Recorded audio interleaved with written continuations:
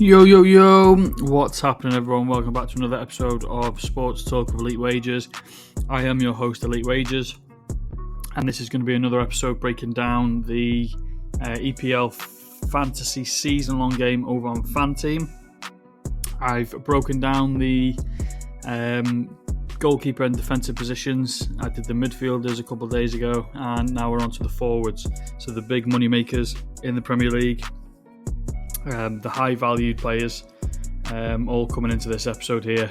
The high point scoring players essentially as well are going to be spoken about in this episode. Before I get into that, I want to send you all over to my Twitter. I want to show you a few things. Obviously the first thing, my strategy guide in 30 seconds. I did a YouTube short highlighting all my strategies and things like that I like to use when building out my teams. It's in a 30-second video, so it's on my pinned tweet on my Twitter. Click that, have a little watch, implement those into your team. If you go over to my highlights as well, you'll also see the previous episodes that I have had. So here's my goalkeepers and defenders episode. Click the link to go back and listen to that one. There's all a few days ago. Click the link, listen back to midfielder options as well. And then there is also the competition, the giveaway that I have started. We've got a week, I think it's a week on Wednesday it ends. So you've got a few days left to enter. All you've got to do is like, retweet and comment free on this post here. I'm giving away 5 free tickets into the FanTeam £175,000 prize pool contest for the season-long game for the Premier League. So yeah, like, retweet, comment to be entered, and then obviously continue listening for the forwards. So we're going to go into it similar way to last week. I'll break down sort of from a price point.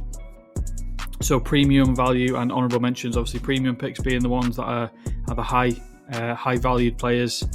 You obviously don't want to pick too many of these. Like a quick little example here, you don't want to be paying 26.5 million for Salah and Haaland. It's not feasible. It's not good. It's not a good way to build out your team. Why is he on there? So premium picks should be a premium, 1 or 2, maybe 3 at most.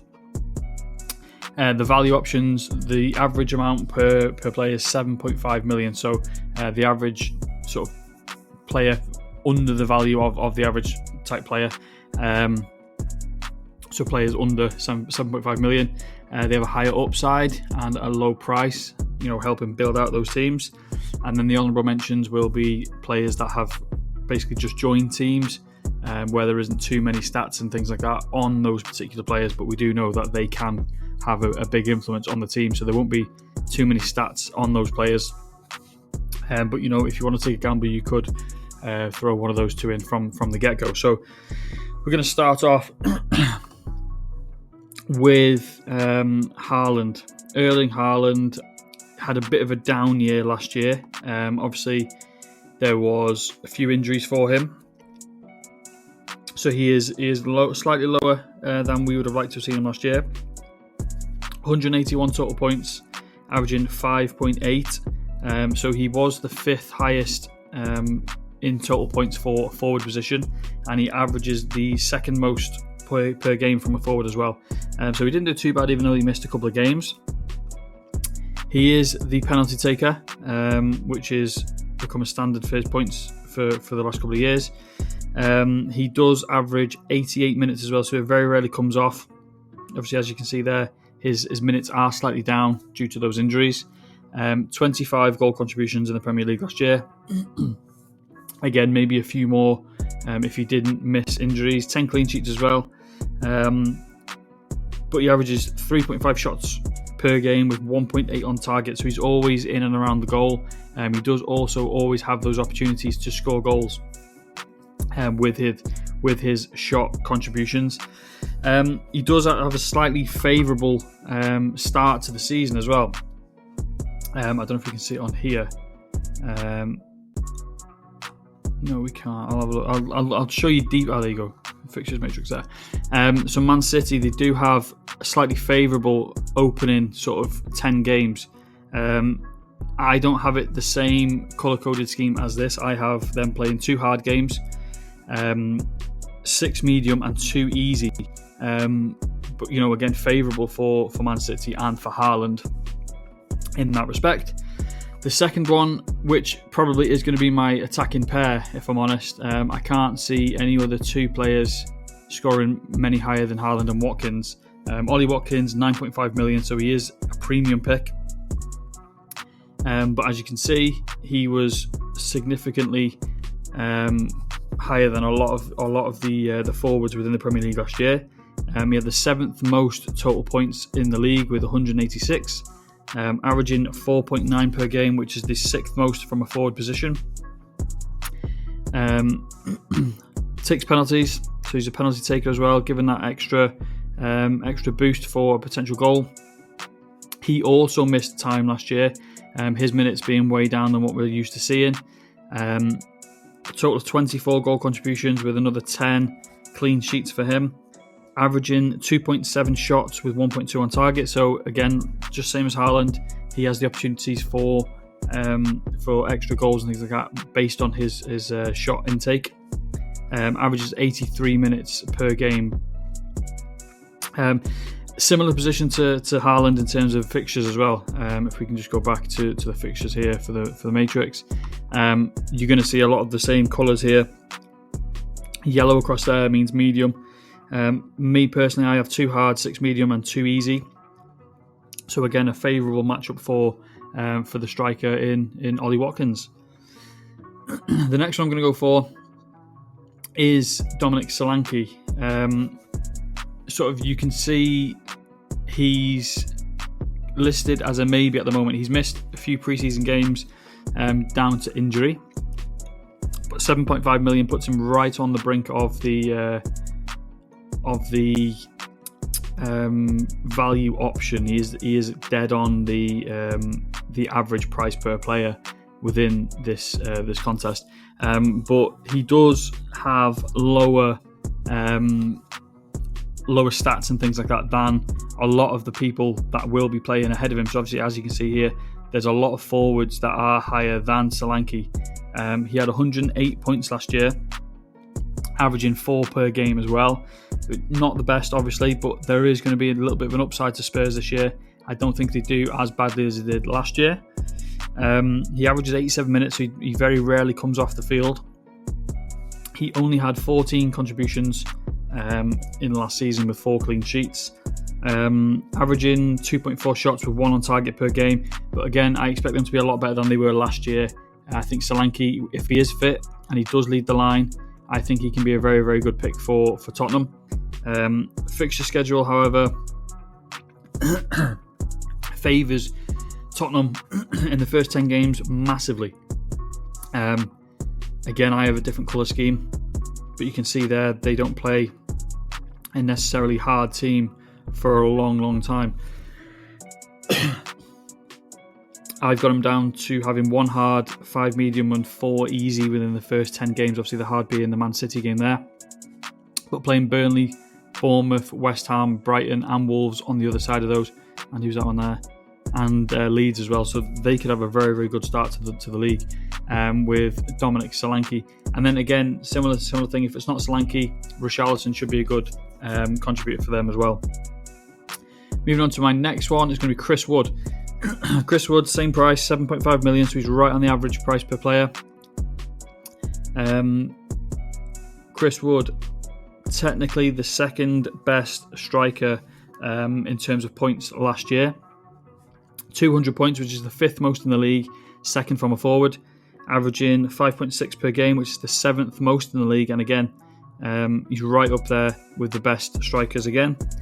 He is a penalty taker as well, so again, added chance for a goal. Having a look at his minutes, almost 3,000 minutes. He averages 84 minutes per game, 23 goal contributions with 15 clean sheets. Averages 1.9 shots with 1 on target per game. So again, all these strikers very, very good in terms of their shot intake and things like that. But Chris Wood has a good favourable matchup as well. They all have decent starts to the season, if I'm honest. But Chris Wood could be another one. If you wanted to sort of keep a little bit of budget, maybe you don't want to pick Haaland for 13 million. I think Chris Wood is a good alternative. Coming down to their fixtures, Nottingham Forest.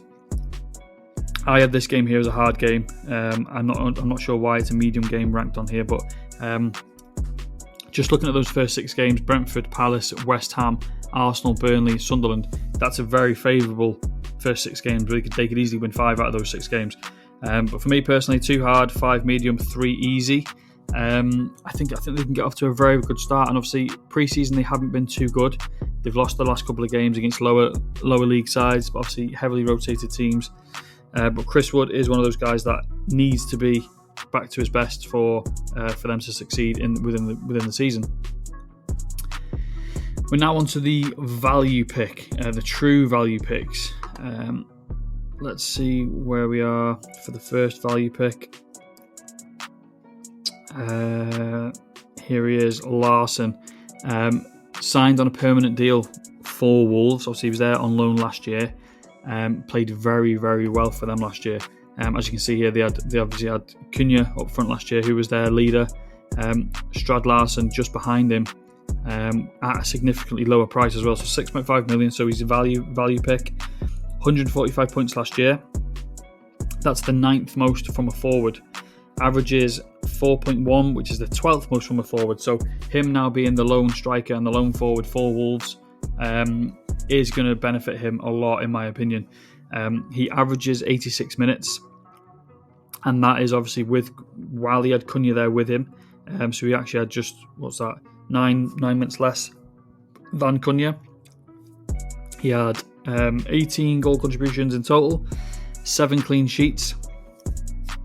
Averaged 1.8 shots with 1 on target per game. I expect that to go up, obviously with the addition of Arias as well. Larsson's going to be the main guy in the box for them, in and around the box for them. I expect him his numbers to increase a lot, and I think he's a very, very good value pick at 6.5 million. Don't know what's happened here. 6.5 million I think is very, very cheap for him. In terms of their fixture schedule, I've got 2 hard, 4 medium, and 3 easy games. Just looking at the fixtures here for them. Wolves there, so they start off, at Man City, which is difficult, and then you have another hard game in week 4. But I think a lot of these games they can be very, very competitive with. Outside of those 2 hard games, 4 medium and 4 easy, in my opinion, as well. So could be a very, very good start for Wolves. The next one I'm going to go for is Evanilson. So he obviously has a hard game against Liverpool in week 1.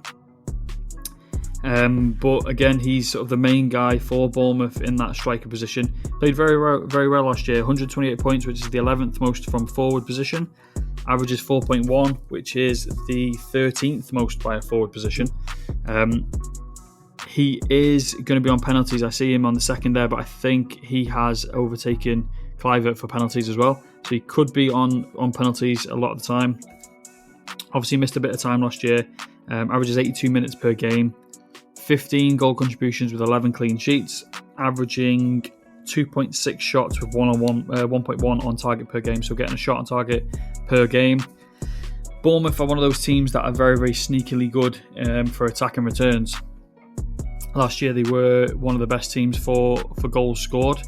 And their fixture schedule to start the season is fairly decent as well.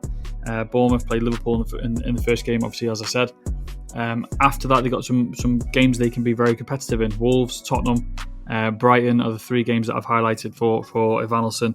I think if he can get off to a good start in those 3 games there, then his form could carry over to this Newcastle game, and then obviously facing Leeds in game week 6. But yeah, in my opinion, 2 hard, 6 medium, 2 easy for Evanilson. And I think 6.5 million could be relatively cheap for a player of his standard. Moving down to my last value pick. I've gone past him. Danny Welbeck. He's listed as maybe. I think he has picked up a knock. But in terms of his stats last season, he is here. Obviously, they had João Pedro playing up front for the majority of the time. Welbeck sort of came in relief to João Pedro, but if you look at the numbers there, they're very, very similar. 126 points for João Pedro, but 125 for Welbeck, and Welbeck was the backup, if you like, for João Pedro. So him almost emulating what Pedro was able to do as the starter is a good sign. 125 points, 15th most by forward, but he averaged 4.2, which is the 9th most by forward. So he's in the top 10 with averaging points per game. He averages 87 minutes per game as well. So even though he came in relief to João Pedro, he actually played more minutes, and he averaged 87 minutes.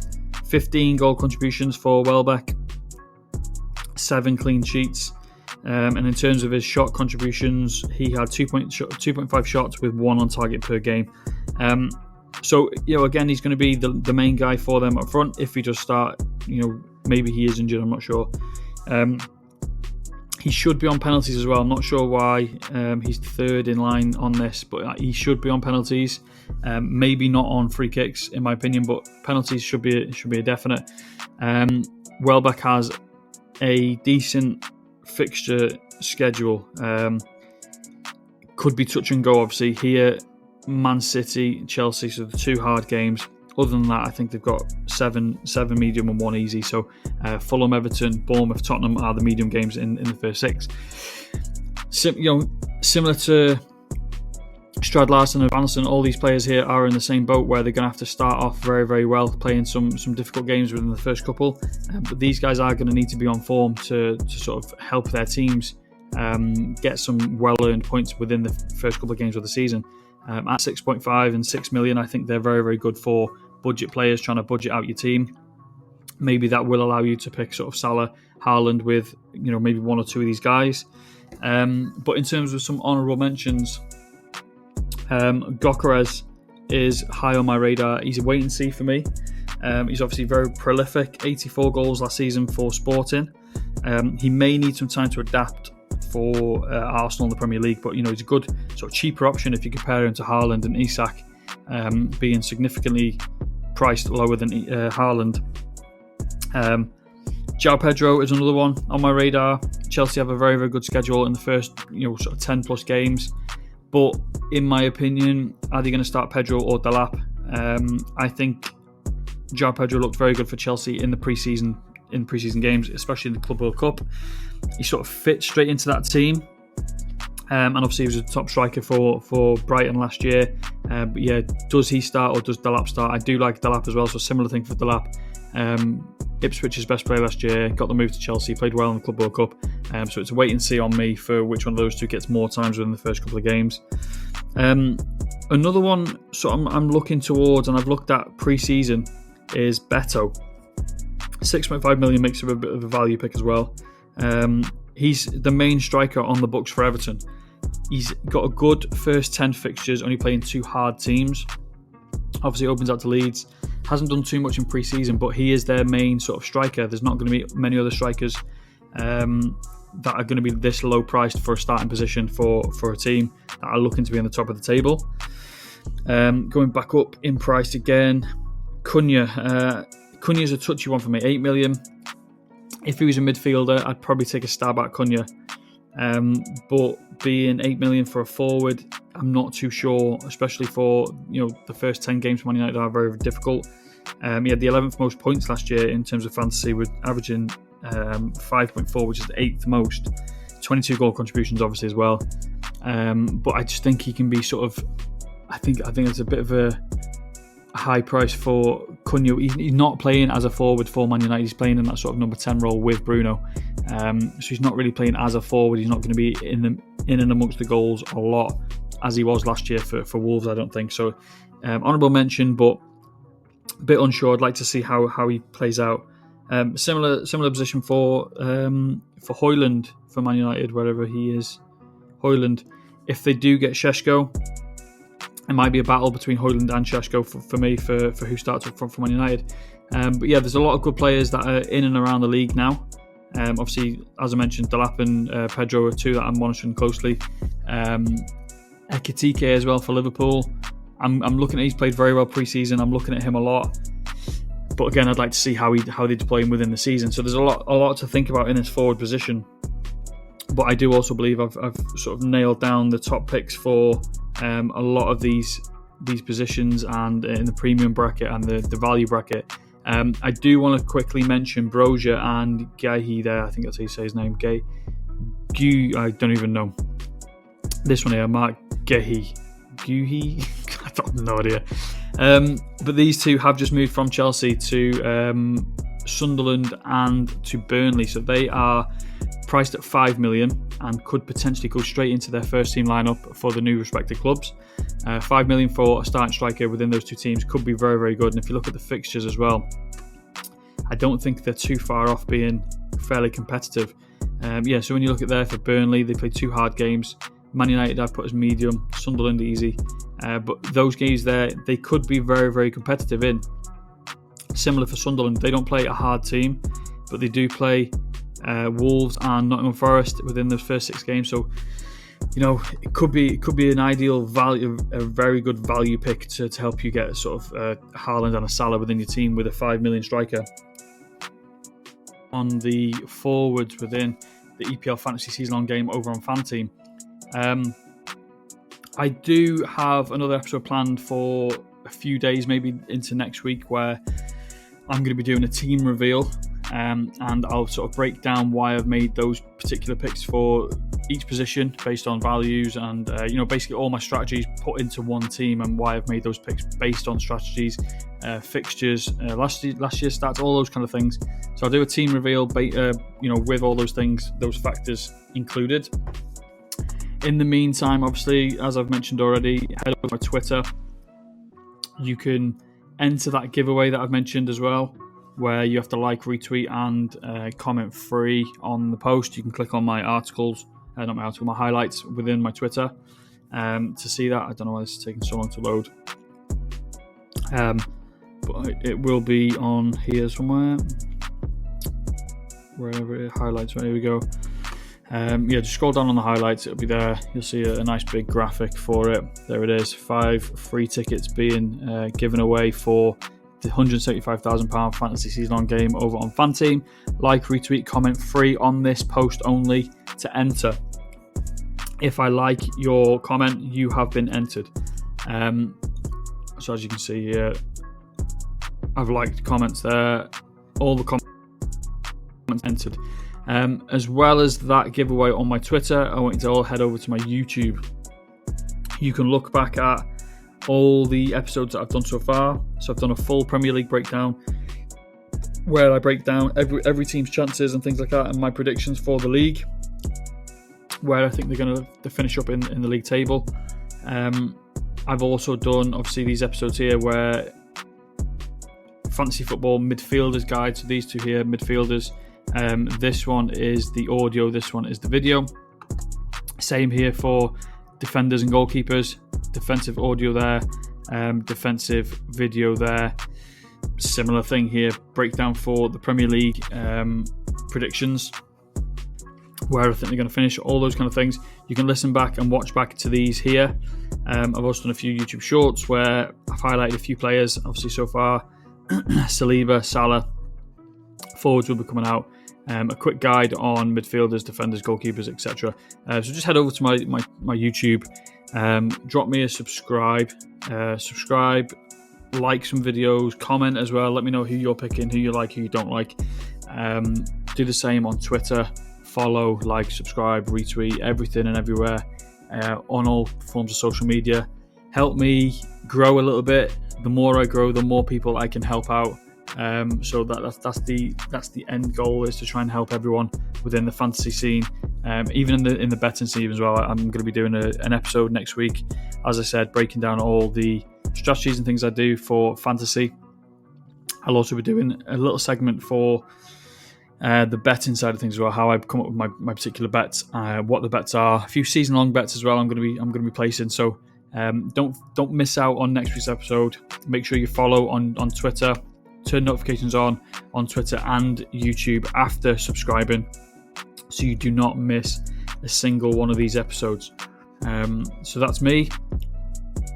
I'm going to sign out. I'm going to leave you all to listen to this one. don't be afraid to drop a comment. I want to hear everyone's opinions. If you like my picks, if you don't like my picks, who you like, who you don't like, who you're going to roll with, who you're not going to roll with, etc. Let me know in the comments, and I'll be back in a few days for the full breakdown episode. Catch you later.